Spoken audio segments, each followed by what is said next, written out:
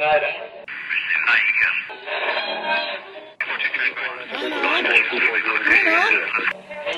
is that you? There, I think I got it.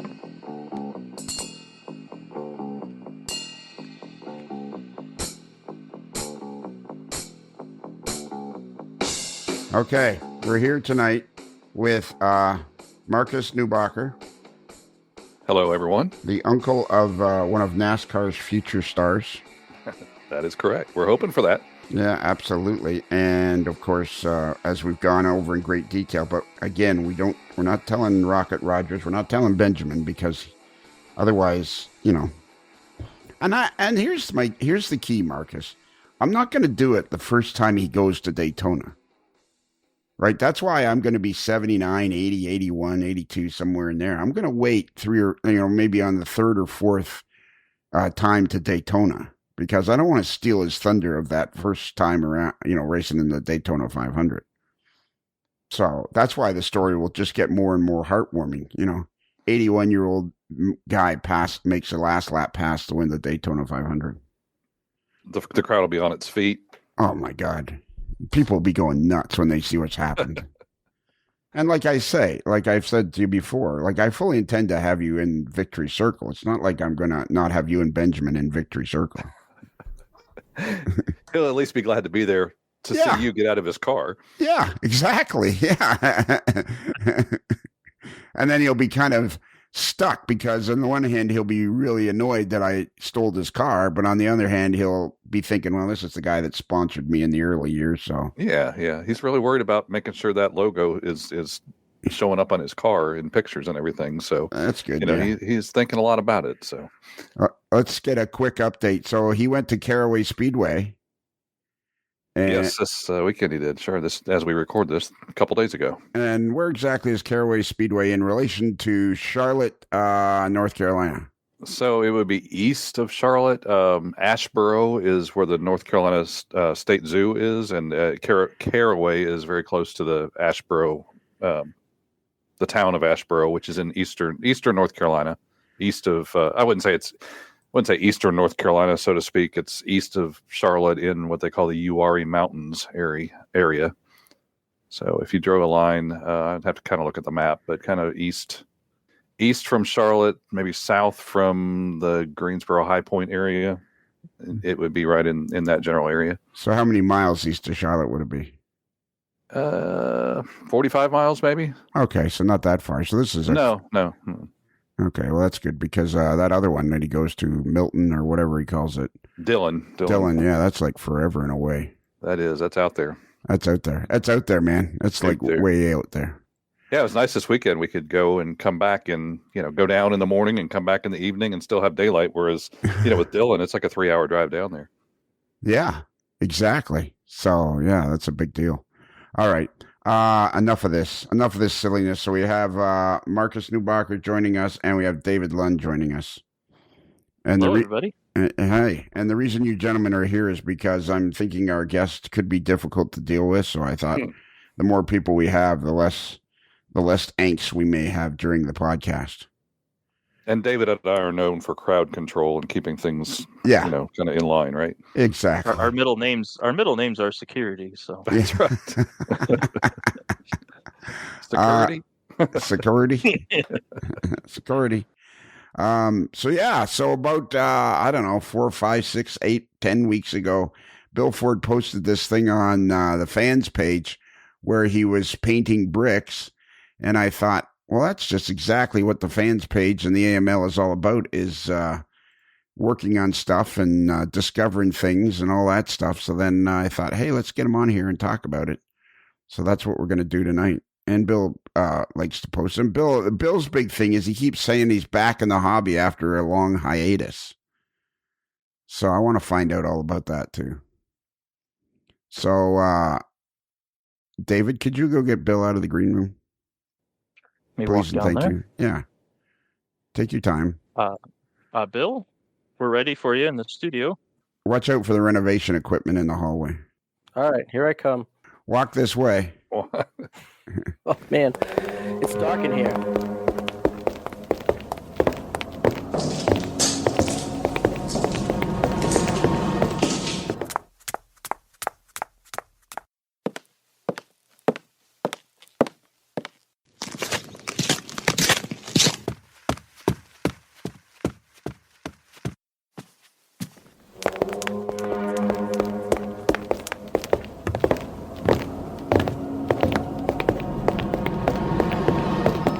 Doc? You need some new lights. Is it Doc? It's, Doc in there. The Doc's not here. I'm Never thought of the letter R. is that what it is? Is that what the Boston accent is? Is the R's get lost in the translation? Yeah, we add and subtract different letters at different times. It's all right. Doc. Yeah, my good friend John Comita, that's from Boston, he parks the car. Well, there you go. All right, cool. So Bill, go ahead. I was going to say it's kind of like taking out the second T in Toronto. Toronto, exactly. That's the key. If you want to sound like you're from Toronto, you just take out the second T. Okay, Bill. The main reason we have you here tonight is to introduce you to the AML community. And well, hello. Yeah, and because you and I are always talking at Springfield. Indeed. And B, to talk about, you made a post some time ago about weathering bricks, which I thought it turned out really, really well.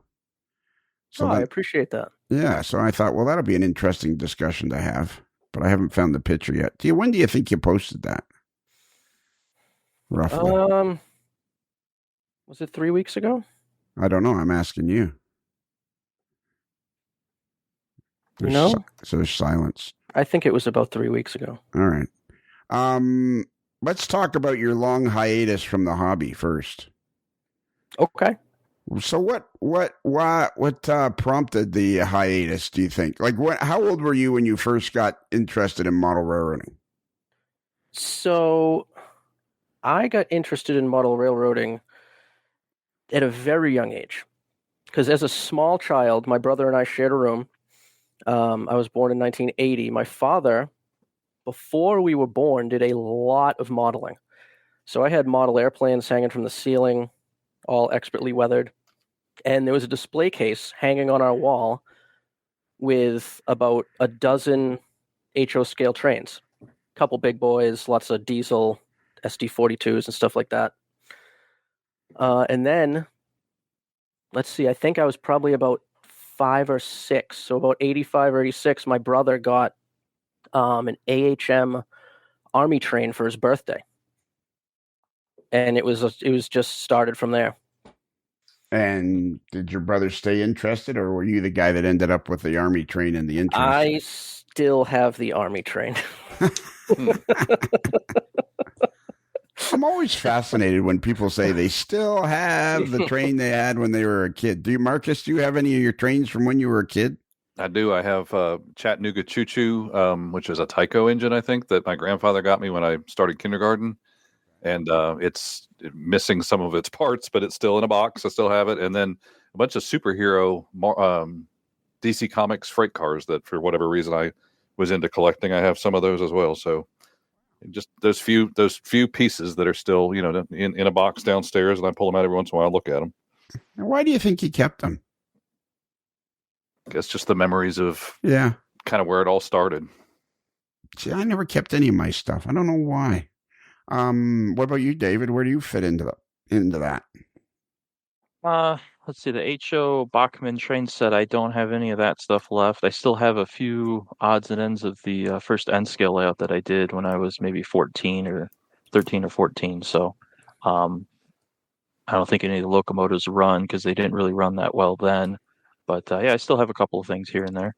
Maybe the simple explanation for me is once I got into stock car racing, pretty much everything took a back seat.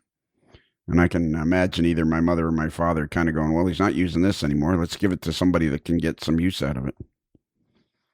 Because I was pretty much I was all in on that particular escapade for a few years.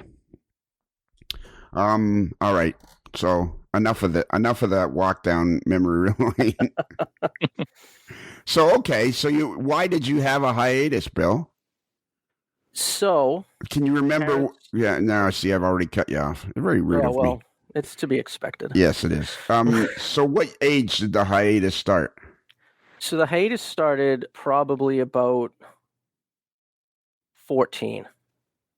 So my parents got divorced when I was in the 5th grade.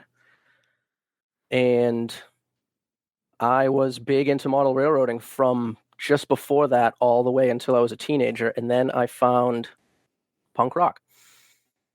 And then my mom remarried, we moved, new school, life turned upside down type of thing. And punk rock filled that void, and model railroading just disappeared. Then it was buying records, going to shows, doing everything that my parents didn't want me to do. Rebellion years, right? Yeah, okay. The lost years of Bill. Yeah, the Yeah, lost years yeah, of Bill, exactly. punk rock. Well, you had the haircut for it for a while. I did. I played in bands and, stuff like that. I played in bands from about 19 years old to, I don't know, 30, Okay. 32. Okay. We were interviewing Jim Scores one night of NCE, and he says, "Yeah, I was in a band." And as he's telling this story, he's telling us the name of the band, and we're Googling it. And like one of the songs was like kind of barely sort of made it to the, top 100 chart, which was very, very interesting at the time. That's So, cool. Yeah. So are you like, were you like in Guns N' Roses? No one pays punk bands, and no one cares about local punk bands. We would drive from Boston to Albany, which is about 3 hours, and we'd play a show, and we'd get there's 4 people in the band, we'd get like $40, not each, total, and we'd just blow it. We'd go to Denny's afterwards because they were open at like 3 a.m., and we'd just blow it on garbage breakfast. And do you feel like that was like do you look back on it now as, okay, that was a life experience and it was time well spent? Oh yeah, it was some of the best years of my life. Okay, cool. Living without a care in the world. All right. And you're an electrician now, right? Yes, I am. Like a contractor? I'm a union electrician, local 103 in Boston. Local in Boston. Nice. And yes, in Boston. We add AHs and take out Rs. Yeah. And why did you get rid of Brad Marchand? Well, That's a whole nother story. That's hockey news right there. Yeah, you're the first Boston guy I've talked to since then. Yeah, that's an unhappy story for any of you folks out there who follow Boston or follow hockey. And if you follow Boston, well, I don't want to talk to you anyways. Yeah. So one of their guys that has been there for like ever, they couldn't come to terms, so he moved on to Florida, and he was like the cornerstone of the Boston Bruins for the last 5 years, and before. Okay, so what was it then that made you? What was it that relit the fire for model railroading? Let's see. So before the pandemic, the before times, maybe a few years before that, I decided, you know what? I want to put a train under my Christmas tree again because Christmas trees need trains. So I bought a Harry Potter train because I'm a Harry Potter nerd. And then 2020 happened. So I was like, well, what am I going to do? I need stuff to listen to. So I started searching. I was like, well, there must be a podcast about model railroading. And no, yours was not the first one I found. Wiley guys. Oh yeah, that's a pretty good. That was a very popular podcast. I'm not sure if they're still going now or not. I don't know. So I listened to that and I was like, it's all right, but it's mostly about structure building. And then I came across this podcast. Honestly, I haven't looked back.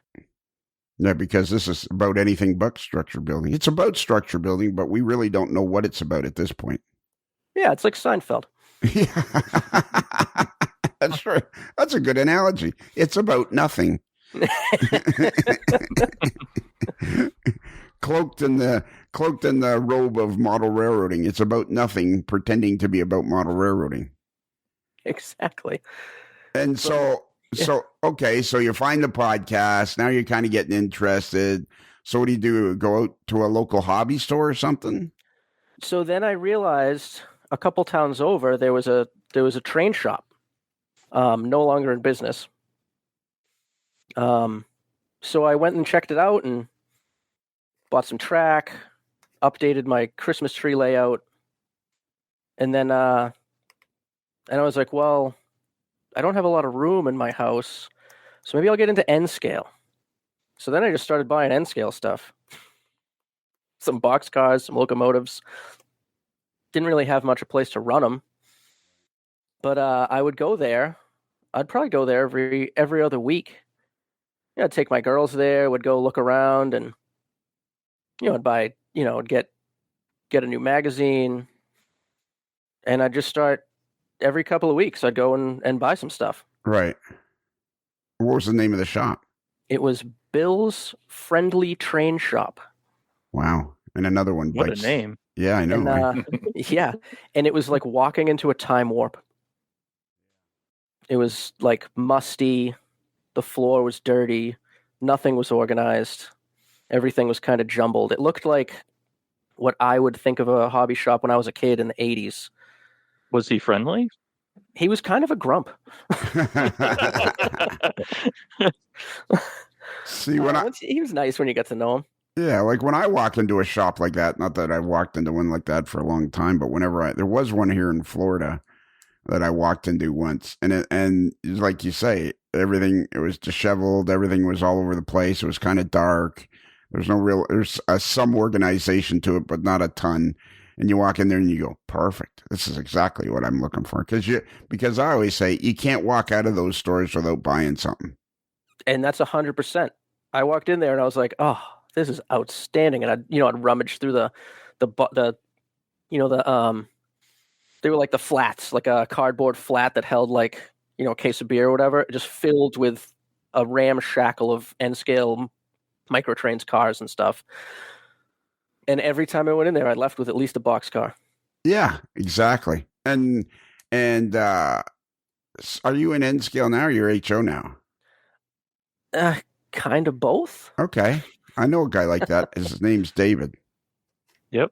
Yeah, that's our friend, Mr. Lund. It's hard to pick. It's hard to pick one scale sometimes. Well, and it's hard to pick now because N-scale runs so good. Mm-hmm. Like Marcus, you're a full-time N-scaler with a beautiful layout, and it's called? The Charleston, Roanoke, and Eastern Railway. And it has a Facebook page? It does, called Charleston, Roanoke, and Eastern Railway. There you go. Not a very long one, other than the name is kind of long, but yeah, the name exactly. of the railroad is kind of long. And like his stuff I can see how people really, other than the size and trying to determine whether or not you can handle the size of the modeling in N-scale, there's really not anything, like there's no deterrent to getting into N-scale. Whereas 50 years ago, there was plenty of deterrents for not getting into N-scale. And now everything just runs so good. It's like, it's not hard to see how people end up in that scale. Yeah, it runs just as smoothly as any of the other scales now. So the quality is there. Do you have any locomotives, Marcus, left over from the old days of, they ran better backwards?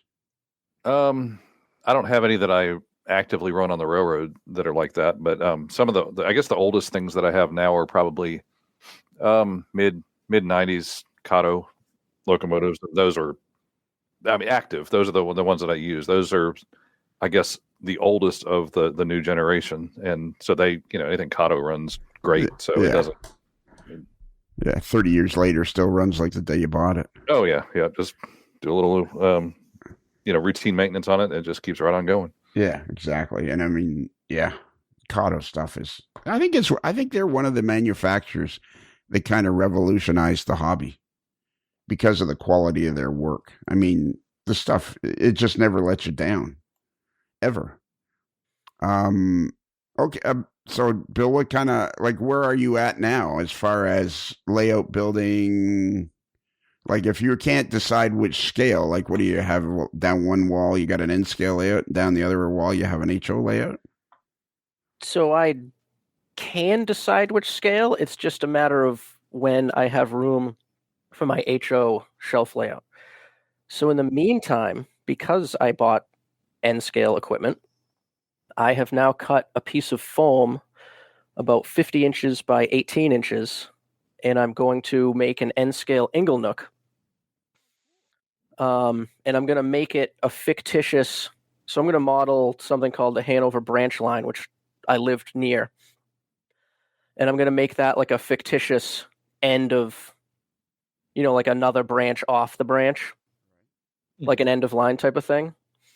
and I'm gonna fully scenic it. I'm gonna, get into, because I haven't modeled in forever, so I'm gonna I'm gonna try to put a little river in it and some static grass and a little bridge and structures and dirt, chain link fence, everything. I want to do all the things. So by the time I get my HO area set up, I can dive right into that. Yeah.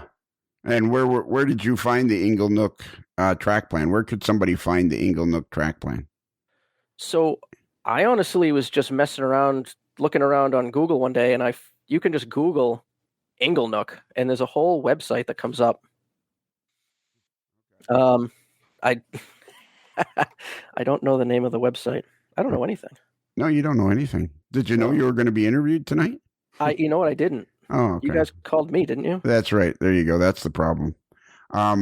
Actually, there is. If you just put Inglenook into Google, the Google machine on the internet on the Google machine, you just put in Inglenook and all sorts of stuff comes up. And all sorts of varieties of Inglenook come up. Like I'm looking at one here that has a runaround track and a couple of industries and what have you. So, I mean, and how long did you say this layout was going to be? It is going to be 50 inches long in N scale. Okay, so like 8.5 feet in HO scale. Yeah, so the website that I found, I just remembered, it's called Wyman.info. WYMANN. Yes, I've seen that one. And there's tons of stuff on there about that. I mean, the Inglenook is incredibly straightforward and simple. I mean, it's really a good idea for if somebody's looking to just start building a layout. Linda Eskin, yes. Tracy Boyd. The Inglenook is incredibly simple, whether you're doing it in N scale, HO, or O scale. I mean, or S scale. Yeah. It's sort of like the less complex version of the time saver. Exactly. Yeah, S scale, Scott Lister. I want to get back to, before we go any further. So you said your dad was a modeler. He was, but we didn't have any model railroad in the house. Okay. But is this your biological father or your stepfather? Biological. Okay. And did you stay in contact with him over the years? That sounds very, very personal, but I'm just trying to talk to you about it. No, and that's fine. He actually died when I was in the 5th grade. That's all right. It's been a long time. I know, but well, that's it for this podcast. All right. Goodbye, everyone. Jeez. Well, that is sad news, of course. And like you say, it is a long, long time ago. It must have been very difficult for you at the time, obviously. Do you remember much of your dad's modeling? It doesn't matter whether he was a model railroad or not, but he was still a hobbyist and a modeler. What kind of memories do you have of that? His modeling was spectacular. I probably had, and he hung. So when I was a kid, I had airplanes. My brother and I shared a room, and there was probably close to 80 World War II aircraft hanging from my ceiling. Oh, man. All expertly weathered, modeled, detailed, everything. They're all, from all theaters. Awesome. It was amazing. So do you have any memories of kind of sitting beside him, watching him, or working beside him, or anything like that? No, all that modeling was done before I have any memories. My earliest memory of the modeling was it was already all done. So in the up until before your father passed away, you never really saw him doing any of that modeling? No. I mean, he was a woodworker by trade, so I think he spent all of his time when I was a kid doing that. He was self-employed, like a cabinet maker type of deal. So he was constantly he had a wood shop in the basement, and that occupied all his time. So when do you think the modeling took place then? I think it all took place in the 70s. Like before you met Probably. My brother was 5 years older than me, so he was born in 75. So I bet it all took place in the decade of the 70s. Okay. Well, that's kind of interesting. But he was a pack rat, which is probably why I still have that army train. because the attic, we basically had a hobby shop in our attic. Doesn't everybody, though? I mean, seriously, doesn't everybody? It's true. Yeah, I mean, you go and you buy stuff. Like I'm staring at the other day, I ordered some really cool scale car HO scale cars from what's it called? Scale Miniatures, Showcase Miniatures, and I bought those, and it's like, oh yeah, I'm gonna do these, and it's like you buy stuff with all the great intentions of, oh yeah, I'll get this done by Friday. Right. Oh, yeah, exactly. And then it goes in a box. And then it goes in a box. And you find it 3 or 4 years later. Yeah. And you go, oh, yeah, I forgot about this. Yeah, after that other project that I'm going to get done by Friday, I'll start on this. And then it goes back in the box. Rolls around. Yeah. And it goes back in the box for safekeeping. Mm-hmm. Yeah. So were you able to keep any of your dad's stuff? So my mom was selling he had a ton of trains. Oh, did he? A ton. They were just all packed away, though. He didn't use, there was no layout. A ton. All Athearn blue box, all built. He had some brass. And my mom said my brother and I could each pick one locomotive. So I picked this chassis system steam engine, which apparently was a brass engine. And then I was told, you can't take that because it's way too expensive. You need to pick something else.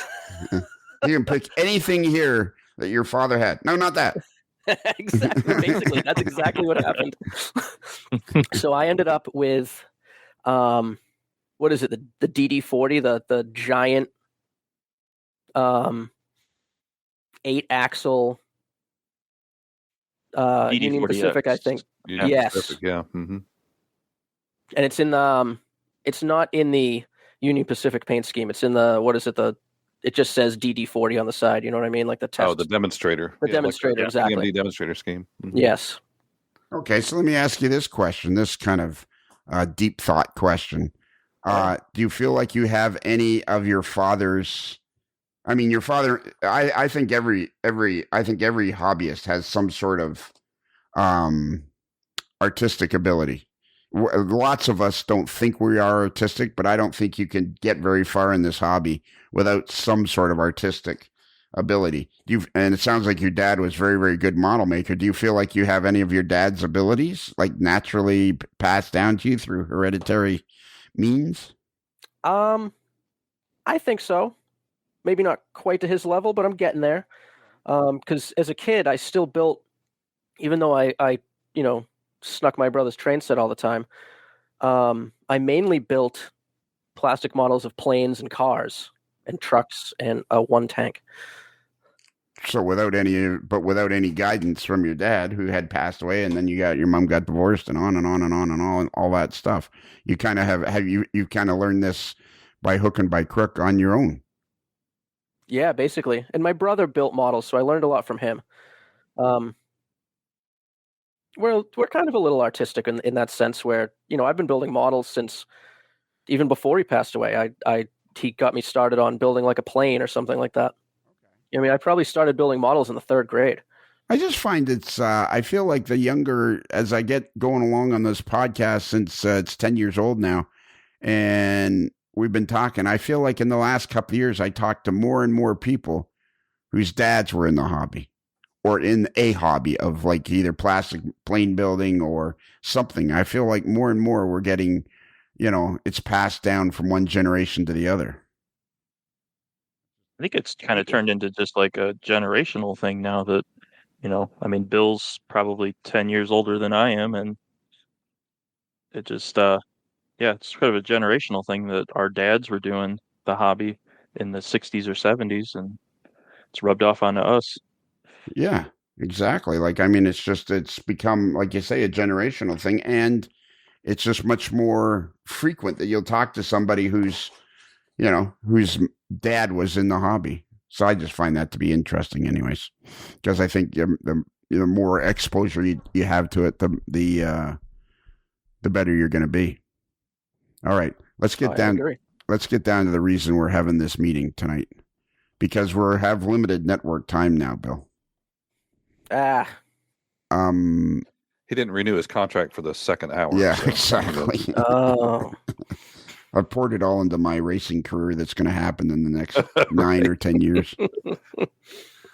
So I'm interested in this. You painted this. You bought I'm assuming this is an ITLA structure that we're talking about. yes. So Yes, it is. so you were very thrilled with the way your brick turned out, and you got a ton of pictures here with paints and the way the brick turned out and all that. So I'd like you to kind of walk us through the procedure if you could, because basically you're a beginner with experience. Yes. Yeah, basically, essentially. Exactly. So I haven't really built any Craftsman kits before. I built a shed last year, a Mind Mount model shed, and I kind of messed around with it. I rushed it a little bit, and it's all right. So I wanted to really take my time on this because I wanted to put it on this ingle nook that I'm going to build. And so I just started this. The kit comes with a chimney, which is teeny, and I don't want to put it on, so I used that as kind of like that was like my test piece was the brick, the brick chimney. So I started messing around with, I tried to like dry brush it and all that, and then I talked. I went on the fan site and I asked a couple people, and I got some tips. I got a couple tips from the mail boy and a couple other guys. So I stole my daughter's craft paints and their paintbrushes, and I just started messing around, and I practiced on that chimney over and over until I was satisfied, and then I painted a wall, and I was thrilled with how it came out. So I immediately posted it to the fan site. I was honestly very proud of myself for making it look like real brick. Well, yeah, and it's an N scale. That's kind of blows me away.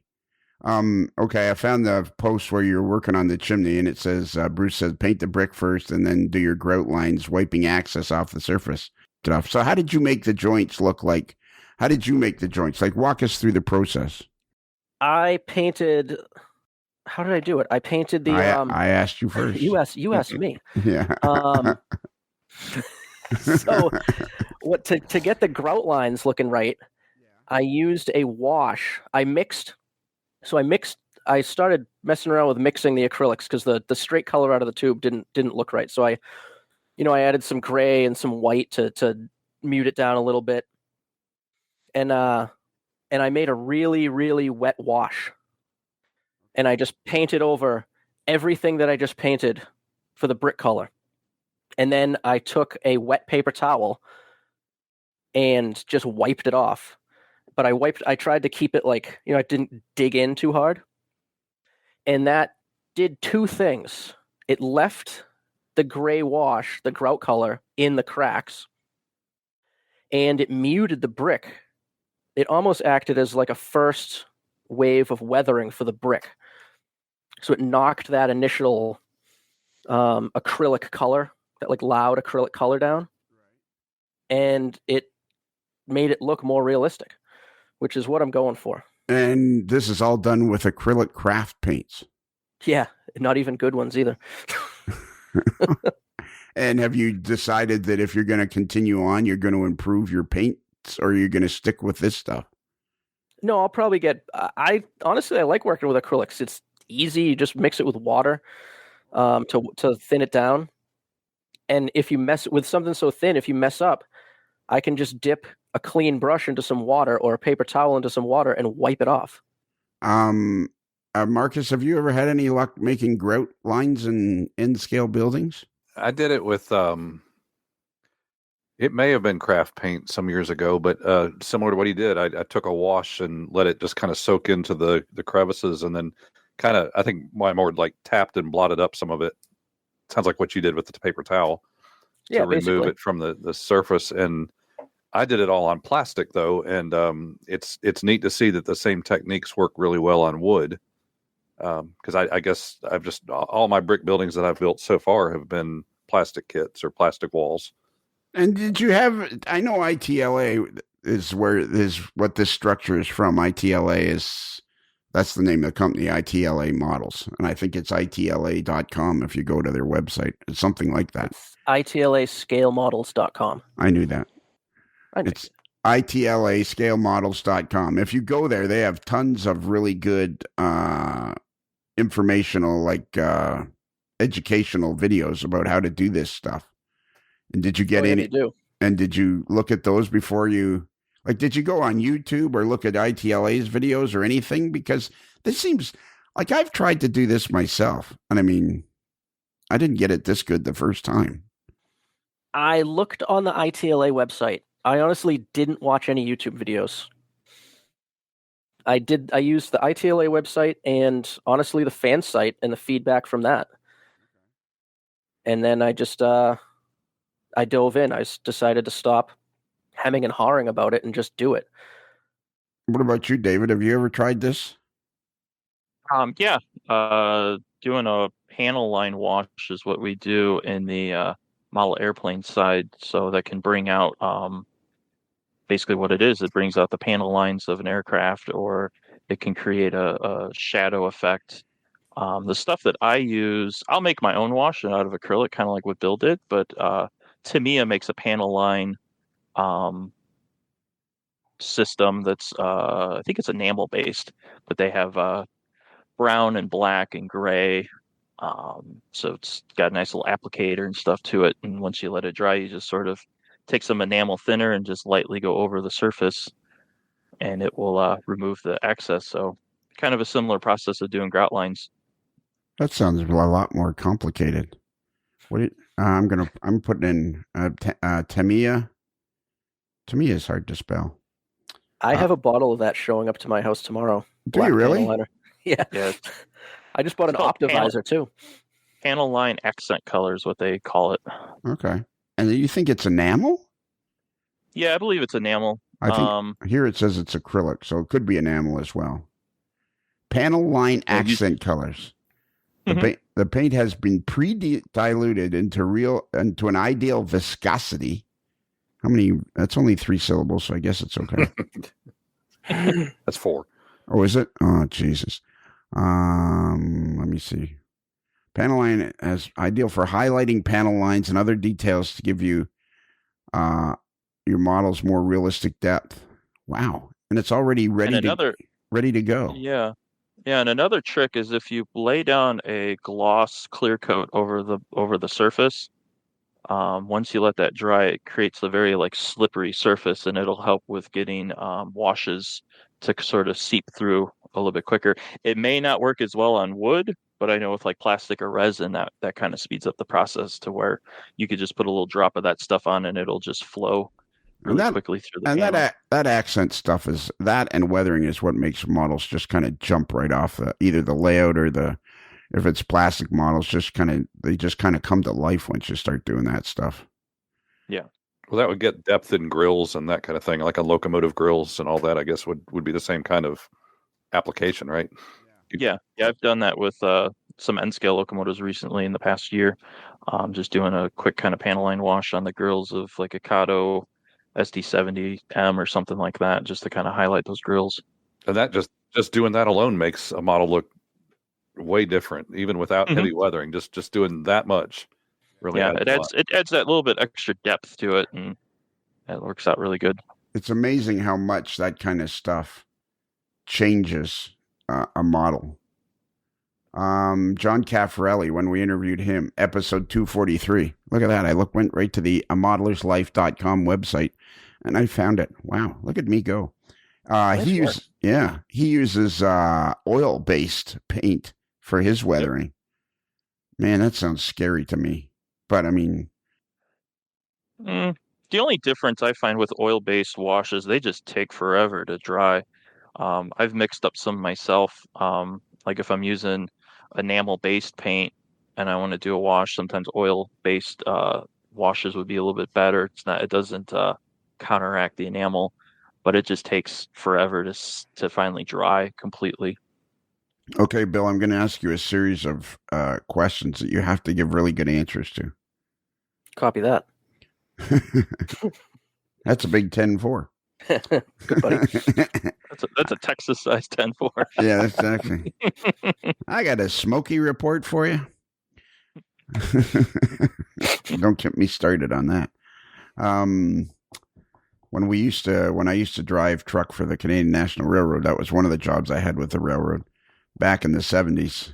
On the way back, we had our own radio system that was just dedicated to that particular department. And of course, on the way, at the end of the day, everybody was just making up all, it was always, this is brought to you by the letter W, and, on and on and on. We had great fun on the radios. And then the CB craze came along, and man, oh man.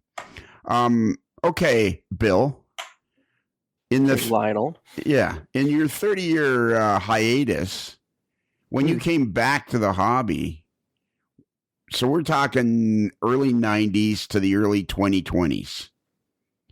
So when you came back to the hobby, like, what was it can you remember when you first went into the hobby store? Can you remember, like, what was it that was kind of, you kind of struck you as, like, what was different?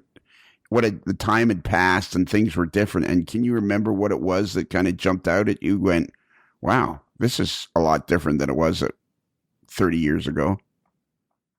Oh yeah. That AHM Army train and the blue box DD40, I mean, they were cool, but you walk into the hobby shop in 2021 and the stuff was just light years ahead of what I had before. You know what I mean? Like, before I did that, because I have everything, because I come from a long line of pack rats. So I laid it all out on my workbench, and I was looking at my old stuff, and I have some of my dad's old N scale, which is wild. If there's any F units in there, just run it backwards. Well, there's a Rapido, not that Rapido. The other one, it's all metal, and it runs still, but it shoots sparks everywhere, and it smells like electricity. Fire hazard. Yeah. Keep it away from foam. So I had an Arnold GP9 like that, and yeah, it eventually did smoke it up, and it was gone. So I walk into this train store, and I'm like, you got to be kidding me. This stuff is great. So I immediately walk out with a Boston, Maine GP7 and in what scale? N scale? N scale. Yeah, because I had decided then, I was like, I got this workbench. It's 3 feet by 8 feet. I'll put a roundy round, like a loop. I was still stuck in loop then. And so I started buying stuff, and I got a little circle of track, and I was like, this runs phenomenal. It was just DC. And I was like, this is not even the same hobby. It runs so good. That's what I remember. I know my hiatus was probably less than 10 years, somewhere from the age of, 18 to 26 or something like that. And that's what I remember, was the stuff just ran phenomenal. And it's kind of like, did I miss a meeting or something? Yeah, right. And even the couplers, like, I'm used to the old, it was all horn hook garbage couplers. They didn't look anything like real ones. And now I got, when I came home with my first locomotive and a couple boxcars, I'm like, with the micro trains couplers on them, like, these are fantastic. They work great. You can stick a skewer in between them and undo them, like, just like HO scale. I was blown away. Well, now N scale's even getting more into, factory equipped with metal wheel sets and body mounted couplers and those things that were never available in N scale before. In fact, I still have tons of truck mounted couplers on my equipment. I don't really care. It runs fine, but as the scale becomes more advanced and more quality, you're seeing everything you would see in HO scale is now in N scale, basically. And I would say even, I think Atlas has done it on a couple of their newer runs, and I believe Scale Trains has, but actually having, instead of using the wiper connections for your truck pickups. They're actually wiring them straight to the board like it would be HO scale. I've seen that too. Yeah, some of the newer which Atlas. is nice because you used to have to do that yourself if you got a wild hair one night and wanted to get rid of those wipers, but that was such a challenge. Well, and the decoders they're making for N scale now are just you blow your socks off. Mm-hmm. Like N scale has become a legitimate scale. Like I know I'm always carrying on and goofing around about N scale, but I mean in reality, N scale has become a legitimate scale that you could very easily say, well, if I was thinking HO, but if I go into N scale, I can do this instead of that and everything like that. And I mean, it's a legitimate, fun, like a marginally adequate Wi-Fi signal. Yeah, like it's gone way beyond that for somebody, that's it's just 10 times better. And there is still obviously the size issue with small numbers on cars, and if you're operating and just maybe your dexterity of being able to pick up a car or an engine and re-rail it. But other than that, if you can get used to it, which I find it's just as easy to work in N scale as it is in HO, and it's all in what you get used to. And you put out magnifying glasses if you need your operators to see things. Even in HO, that can be a problem. That's not a bad idea. Put out Yeah, it can be in an HO depending on how your operator's eyesight is. And nowadays, your phone has a magnifier in it too. So I mean, everything is super easy. Now, let me ask you this, Marcus. Bill, is it okay if I ask Marcus a question? Hold on, let me check. Yeah, that's fine. I knew he was going to be rowdy. See, you said he was going to be rowdy. Yeah, there you go.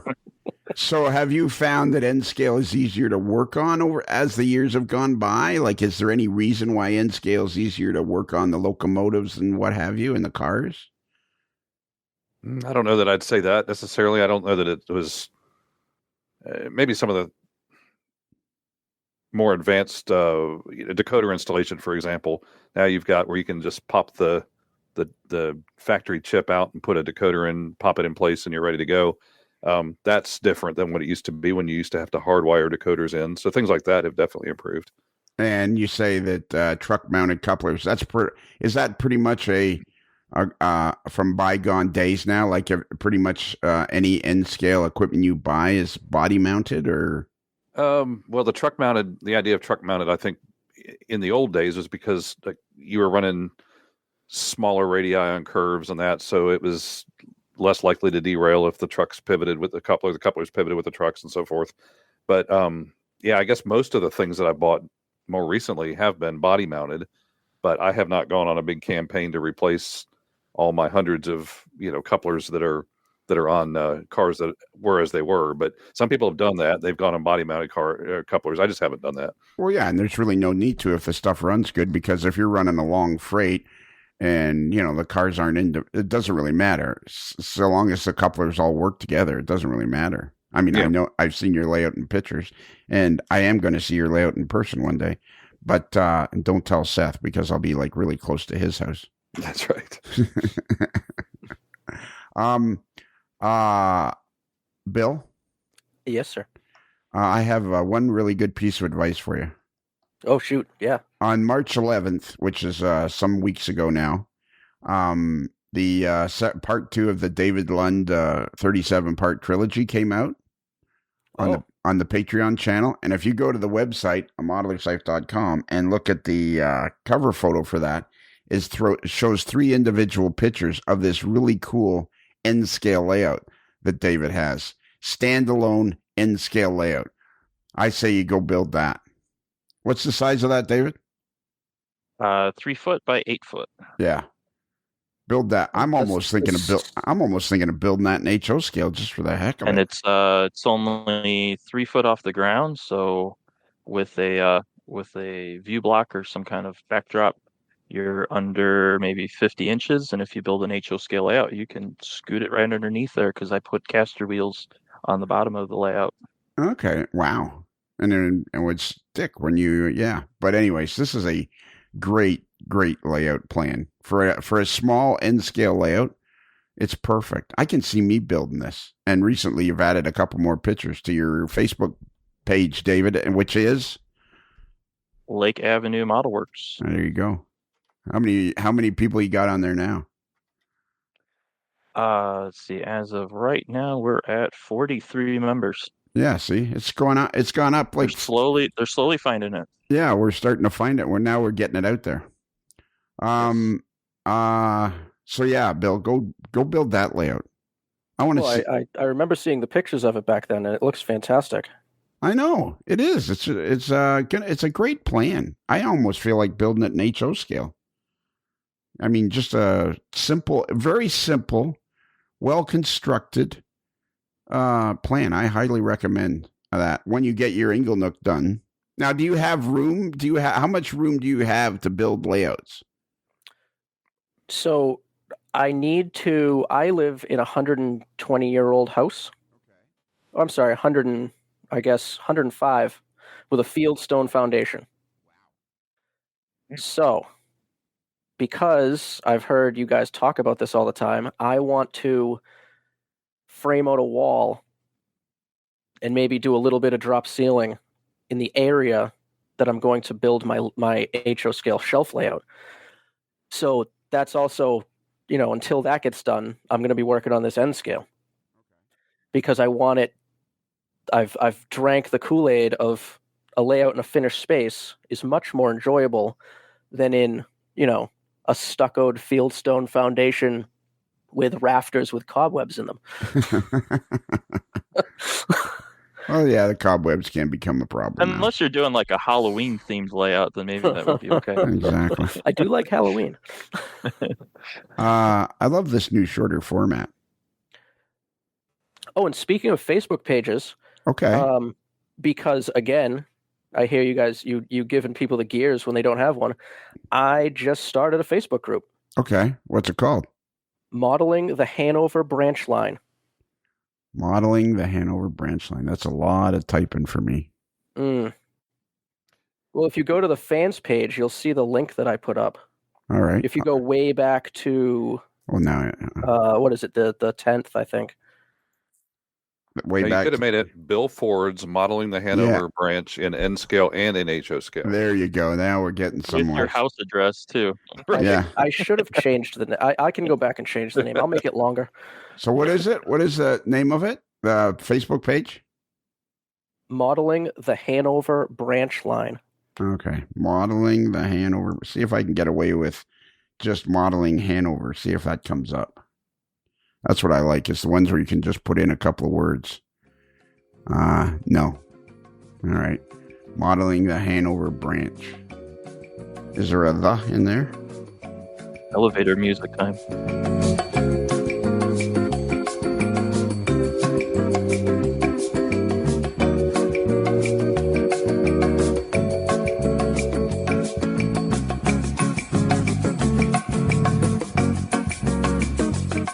I just sent you an invitation to it, so just click that. Thank you. Where'd you send it? To Lionel Strang on Facebook. Oh, really? I didn't get a message. You know that guy too? Yeah, I didn't get a message yet. Oh, well. Say it again. Modeling. Well, I'm an idiot. Modeling the. That's modeling with one L. Modeling with one L. The with one T. Hanover with one H. Branch line. I cannot. I don't think you have to change the name because you successfully confused them. Yeah, well, that doesn't take much. It's probably because the name's too short. Modeling the Hanover branch line. Is that what you just said? That's it. All right, this better show up. That's what I got. Modeling the Hanover branch line in the search box on Facebook. Boom. I'm going to hit enter. And I hope it shows up. nothing. Oh no. Nada. And I didn't get a message from Marcus either on my Facebook Messenger. Uh-oh. You people, I'm telling you. You people. Very difficult. Yeah. Apparently you don't know how to send messages and I don't know how to type. So there you go. Just that invite, and it said it invited you. So Invited me. Wow. I wonder. Oh, wait a minute. I'm on the wrong Facebook page. Hang on. If I go to my, I was on the Modeler's Life Facebook page. Let's see if I get anything. Oh. Let's see if I get anything now. If you look Nope. at the posts, there should be a post on there that I posted. Yeah, I'm getting nothing. Oh my goodness. I'm screwing it. I have no message from Marcus. I I have. found it. Okay, you send me a message. See how you do sending me a message on Messenger. I found tried unplugging it and plugging it back in. Yeah, there you go. I found your Facebook page, Bill, your personal Facebook page, and you have 2 beautiful daughters. Oh, thank you. Yeah, so that's pretty much all you need to know going forward. Okay, there it is. I've on your personal. There it is, modeling the Hanover branch line. Okay, and you have 17 members. Yeah, I just started. I'm pretty stoked. I already have 17. And it says that cover photo is that's the Alco S2 that I used to run down the street when I heard the horn blowing, just to watch it cross. And that street is the street that I used to live on. And that's the Bay Colony Railroad. Exactly. We're pulling a Penn Central car. Whatever happened. That's the actual branch that you were modeling, that you will be modeling? Yes. I was trying to do some research before the show and look up some information about this branch line, and I guess that was originally New Haven. Is that correct? It was. I don't think it was New Haven. Okay, maybe I found the wrong information. I think it was part of the old colony lines. Yes, I did see that too, but I think that went into New Haven at some point. And I'll have to look further. Yeah, when we did the rehearsal, it all seemed to go a lot smoother than this. We didn't have the guest on then. That's true. Rehearsals. I am a bad element. Rehearsals always go much better. All right, that's it. We're out of time. Boom. I love this. This is. I think I love this new format. I love the new shorter format. Because around this time, I have like lots more questions, but we can just have you come back and ask the questions later after you've done some more modeling. And what kind of track are you going to use? So for my N scale, I have Atlas Code 55 with Atlas switches. For my HO, which I just got an order in from, what are they called? My brain just shut off. Canada company, hand-laid track, Fast Tracks. Fast Tracks. I just got an order of Code 70 rail and ties, and I'm going to hand lay. I figured I may as well just dive right into that. Yeah, that'll be interesting to hear how you're doing that. And did you buy it? Oh, so you just hand lay, and then you're going to work from their templates that they have on their website? Yes, sir. Okay. And it's Springfield. Oak Hill sells. Because the Proto 87 store basically doesn't sell spikes anymore. So Oak Hill, I believe they're called, sells spikes that are similar to the Proto 87 ones. Yeah, they sell tie plates. Yeah, you don't want to hear you don't want Kevin Marks to hear you say that. And I'm going to go to KV Models and get the not rail joiners, the things on a railroad that connect the tracks together. You know what they're called. Tie plates? No, not tie plates. What are they called? Anybody? Oh my God, my brain shut off. They bolt the track together. Marcus would know. Well, I call them rail joiners, but that's not really what they're called either. So, David, would you like to take joint bars? They're called joint bars. Yes, David, would you like to try it? I love joint bars. They're called joint bars. I love joint bars, the nutty ones especially. So, yeah, because I want my track to look as realistic as possible. So I'm going to do a test section and see if I can connect all the track with just the joint bars without those ugly, disgusting rail joiners that everyone else normally uses. Because they don't look right. So did you just call everybody else's layout ugly and disgusting? Yes, I did. You heard it first. No, I would never. I think that's what you just said. Would you like to rephrase that? Would you like to try again? Yes. Could I? Oh, we just ran out of time. Yeah, we did. So you're going to try to build. You're going to be building 2 layouts at the same time. You're already a typical model railroader. You got to finish a space. You got to put up some drywall. You got to put up some drop ceiling. You got to finish. You got to finish a space. Then you've already bought track and ties because you're going to be doing that by Friday. Yada, yada, yada. You got like 14 things going at once here. A typical modeler, probably in every scale and every type of hobby, everybody has the same thing going. They got like 14 things going at the same time. And That's the diving only in way I head know how first to too with Yeah. hand laying track. That's Yeah, great. I mean, that's I've not tried, but I'm in N scale. Well, you can do it in N scale, but yeah. There's people that do it in N scale. That's for sure. I'm sure that's what we got to give our buddy Scott Lister. Give him a say. Hey, Scott, go make us go lay some hand lay some track in N scale. Boom. All right. Well, yeah, watching him is what motivated me to just dive right in. Yeah. Well, watching Scott do anything, I'm not sure that would motivate me. It might just make me quit the hobby altogether. I could never be that good. Yeah, exactly. Marcus, can you give out our email address?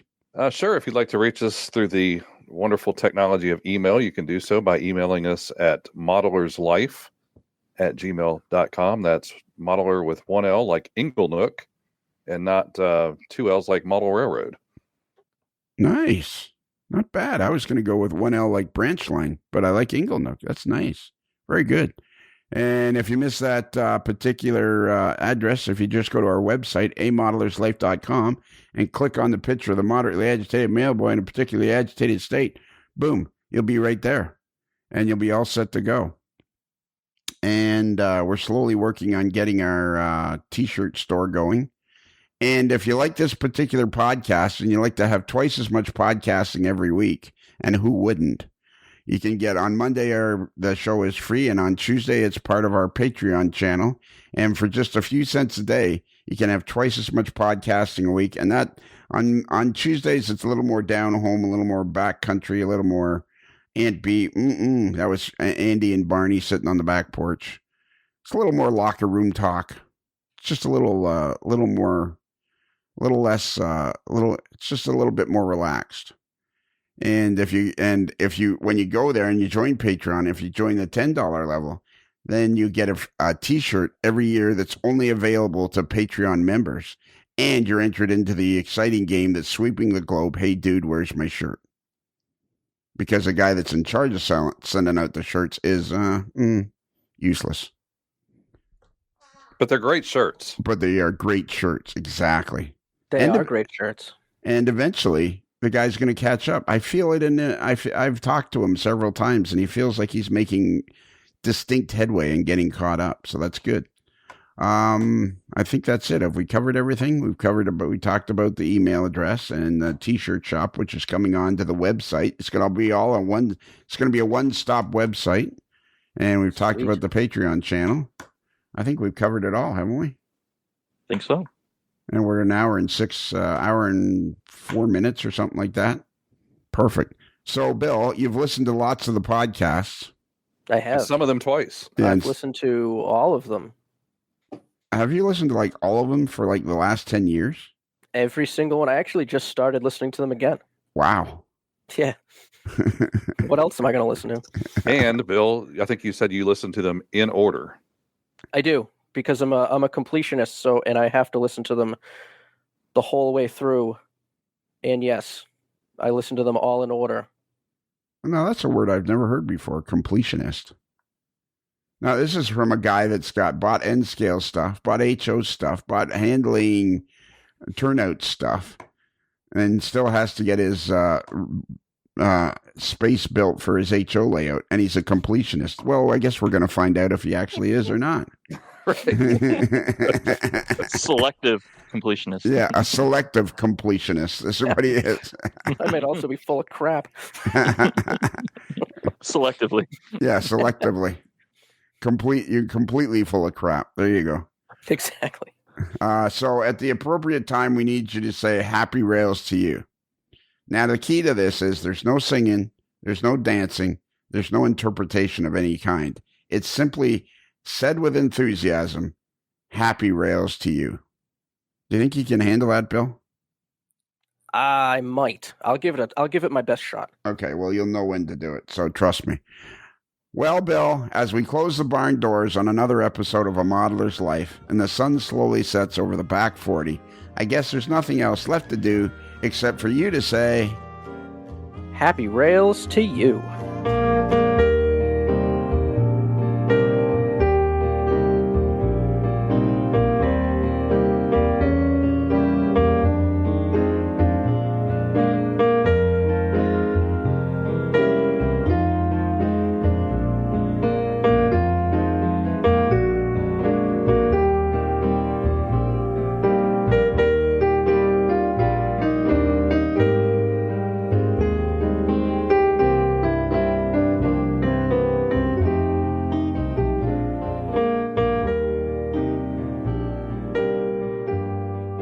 4x4x4 car crushing action Saturday at the Spectrum. Burning motor coaches battle it out in the mud bog with special guest stars Heather Locklear and Knight Rider Car Kit. It's another Lincoln Homer.